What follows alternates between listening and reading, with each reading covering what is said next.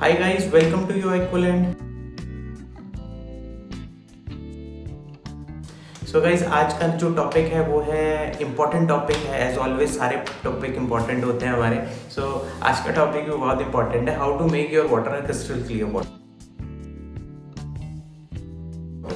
सो आप में से कुछ लोग होंगे जो वाटर चेंज करते होंगे या फिर मेंटेनेंस करने के बाद उनको अपना वाटर जो है वो क्रिस्टल क्लियर नहीं लगता होगा, या फिर कुछ लोग हैं जो काफ़ी टाइम से काफ़ी दिनों से अपना टैंक यूज़ कर रहे हैं बट सडनली उनका जो एक्वेरियम है उसमें वाटर जो है वो क्लाउडीनेस आना शुरू हो गया है। सो गाइज देखते हैं कि उसके क्या रीजंस होते हैं।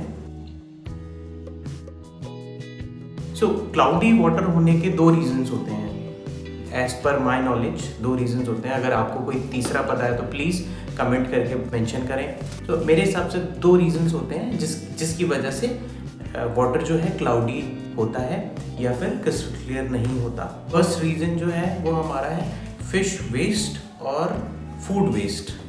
ये दो चीज़ों से हमारा जो वाटर होता है वो क्लाउडी होता है। इसके बाद सेकंड जो है वो होता है bacteria Bloom. So bacteria Bloom है, उसके बारे में हम बाद में बात करते हैं। पहले हम बात करते हैं फिश फूड जो है और फिश जो पू है उससे जो हमारा क्लाउडी होता है वाटर, उसको हम कैसे रिड्यूस करें। तो डेफिनेटली उसको पहले हमें रिड्यूस करना है। किस सेंस में?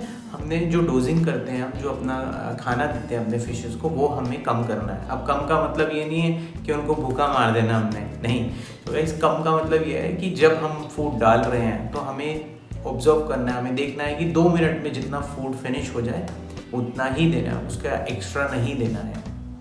और दूसरी चीज़ आप डिपेंड करता है कि आपके टैंक में फिशेस कितनी हैं। अगर फिशेस ज़्यादा हैं तो फिर डेफिनेटली फूड भी ज़्यादा होगा और उनका वेस्ट भी ज़्यादा होगा।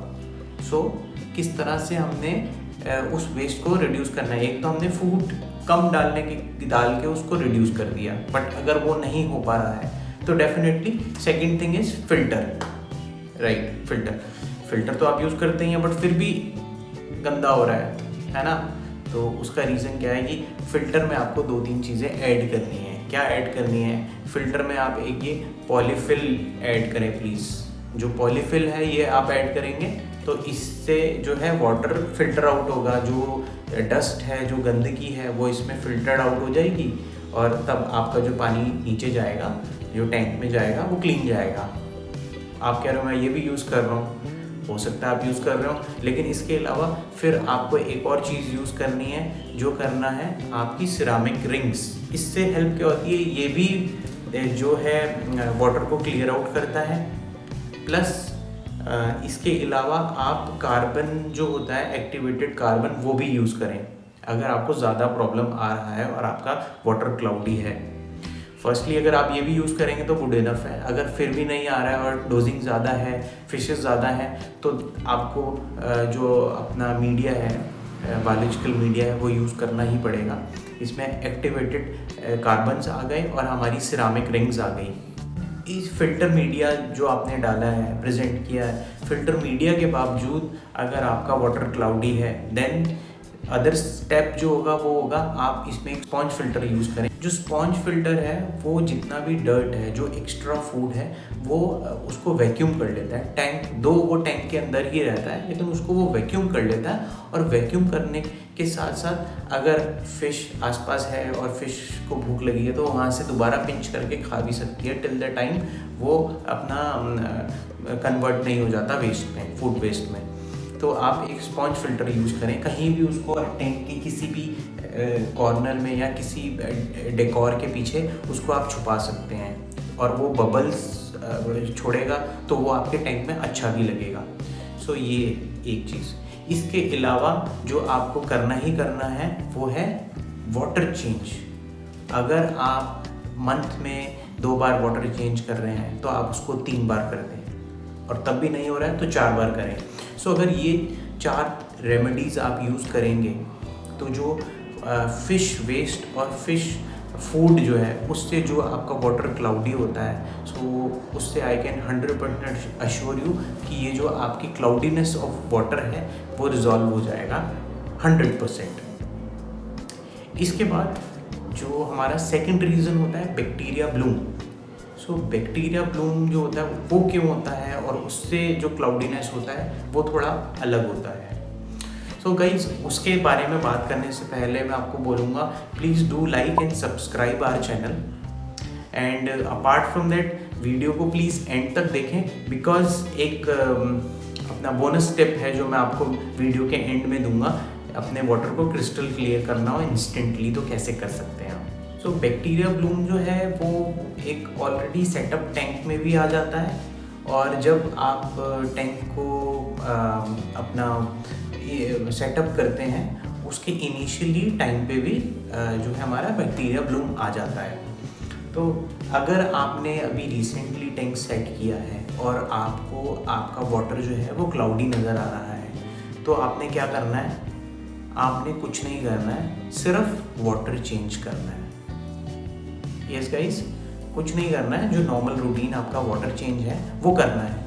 उसका रीज़न क्या है जो क्लाउडी हो जाता है वाटर, उसका रीज़न ये है जो हमारा बेनिफिशियल बैक्टीरिया होता है वो अपनी कॉलोनी क्रिएट कर रहा होता है, जो नया सेटअप टैंक होता है। तो जो हमारे ग्रेवल्स होते हैं या जो हमारा डेकोर होता है उसमें उसको अभी स्पेस नहीं मिला होता, या जब वो इनिशियली होता है तो वो क्या होता है वाटर कॉलम्स में आ जाता है, वो पानी में आ जाता है। जब उस टाइम पे वो पानी में आ जाता है इस वजह से वाटर जो है क्लाउडी बन जाता है। तो जैसे ही थोड़ा सा वीक 2 वीक होते हैं वो सेटल डाउन होना शुरू हो जाता है और वो अपनी कॉलोनीज़ बना लेता है जो हमारी डेकोरेशंस होती हैं उसमें।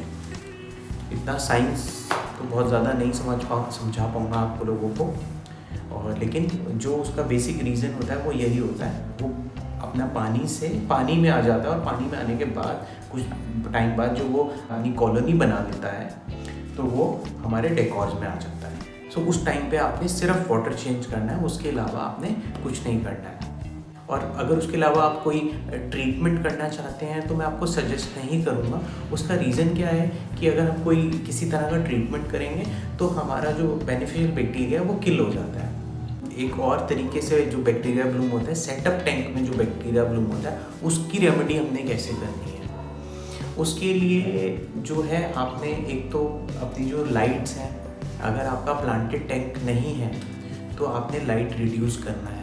जो हो सकता है कि जो आप लाइट्स हैं वो काफ़ी देर तक ऑन करके रखते हो तो उसकी वजह से भी जो है बैक्टीरिया ब्लूम आ जाता है। तो आपको अपना जो लाइट है उसको रिड्यूस करना है, लाइट के टाइमिंग यूज़ करना है। और उसके बावजूद अगर वो नहीं जा रहा है तो और आपको लाइट अपने टैंक में ऑन चाहिए तो आप यूवी लाइट्स यूज़ कर सकते हैं। तो अगर आप यूवी लाइट यूज़ करेंगे तो उससे भी आपको हेल्पफुल रहेगा और आपका जो बैक्टीरिया ब्लूम है वो लोअर डाउन हो जाएगा। जो दूसरी रेमेडी है बैक्टीरिया ब्लूम की वो यही है, आपको जो है वाटर है वो चेंज करना है। अब हो सकता है कि आपका बैक्टीरिया जो वो ब्लूम है वो मे बी आपको हर ऑल्टरनेटिव डेज पे वाटर चेंज करना पड़े या वीकली चेंज करना पड़े, डिपेंड करता है कि कितना आपका वाटर क्लाउडी है। तो और उसका रीज़न जो आने का वो यही होता है कि फूड जो है हमारा वो एक्स्ट्रा हो जाता है और जो हम वाटर चेंज नहीं कर रहे होते जो टाइमली, उसी वजह से जो बैक्टीरिया ब्लूम है ऑलरेडी सेटअप टैंक में आता है। तो उसका रेमेडी अगेन सेम यही रहेगा कि हमारे को वाटर चेंज कंटिन्यूसली थोड़ा रेगुलर बेसिस पे करना है, तो उससे भी हमारा बैक्टीरिया ब्लूम जो है वो कम हो जाएगा। जो सेटअप टैंक है उसमें एक रेमेडी जो है और वो बोनस रेमेडी है बेसिकली, जो मैंने आपको स्टार्टिंग में भी बताया था कि अगर आपको अपना टैंक जो है उसका क्लाउडीनेस कम करना है इंस्टेंटली, तो उसका जो एक रीज़न है उसमें आप क्या कर सकते हैं, आप मेथिलीन ब्लू जो है वो यूज़ कर सकते हैं अपने टैंक में। मैं आपको दिखा देता हूँ, ये जो NTHB जिसे बोलते हैं, मेथिलीन ब्लू बोलते हैं इसको, ये आप ऐड कर सकते हैं अपने टैंक में। दो मैं इसको प्रमोट नहीं करूँगा कि आप इसको यूज़ करें ज़्यादा, बिकॉज़ ये जो है हमारा बेनिफिशियल बैक्टीरिया को किल करता है। तो सेम टाइम जो इनिशियल टाइम होता है जब हम टैंक सेट करते हैं तब भी हमारा बेनिफिशियल बैक्टीरिया जो है वो काफ़ी ज़्यादा बूम हो जाता है, और जब ऑलरेडी सेट टैंक होता है, जो ऑलरेडी लॉन्ग टाइम से आप टैंक यूज़ कर रहे हैं, उसमें भी वो बैक्टीरिया ब्लूम जो है वो हो जाता है। तो उसको कंट्रोल करने के लिए आप मेथिलीन ब्लू यूज़ कर सकते हैं, लेकिन उससे मैं आपको सिर्फ ये बताना चाहता हूँ, उससे आपका जो बेनिफिशियल बैक्टीरिया है वो किल हो जाता है। तो वो जब किल होता है तो वो आप यूज़ कर रहे हैं तो काफ़ी स्मॉल क्वांटिटी में यूज़ करें, ताकि आपका जो बैक्टीरिया किल ना हो। जो बैक्टीरिया किल होगा तो डेफिनेटली आपकी फिशेस पे इम्पैक्ट पड़ेगा। So I think that's all from my end related to the crystal clear water. अगर आपका कोई और सजेशन है या कोई क्वेरी है, प्लीज़ कमेंट बॉक्स में उसे मेंशन करें एंड हमें मौका दें कि हम आपकी हेल्प कर पाएँ। So see you again guys, and thank you very much for watching our video. Bye bye.